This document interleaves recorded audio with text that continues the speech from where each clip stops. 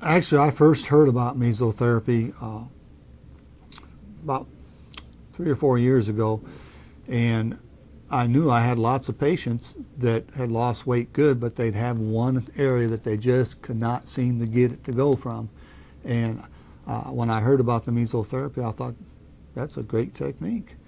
And so I started researching it more and found out it was actually developed in France originally to treat pain problems. They were able to take medicines that they had to take large amounts by mouth to try to get at that one little sore elbow or so forth.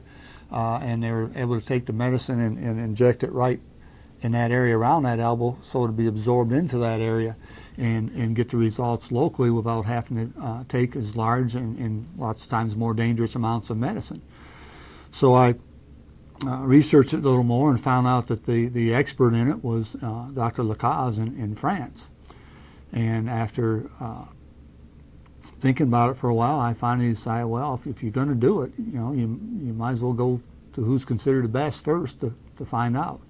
And so I went over and spent about a week with Dr. Lacaze and learned the technique, and also learned that there was another expert, Dr. Patricia Reitz, who had probably done more fat type problems than Dr. Lacaze even.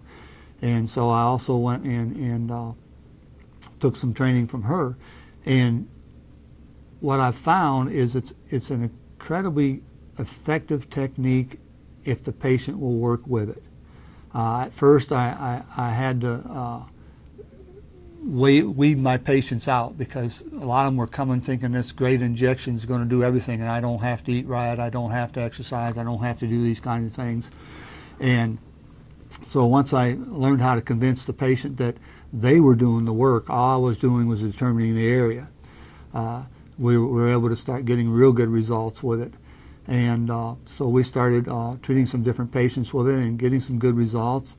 And shortly after that, one of the news stations in town came to us because they had a program they had once a week where they'd take a new product, whether it was a hail preventer from automobiles or some magic wand that was going to make your food taste better, but they'd test it. And then they'd give it a ranking from 1 to 4 stars on whether it really did what they said it was going to do. And they came in and said they wanted to do a thing on the mesotherapy.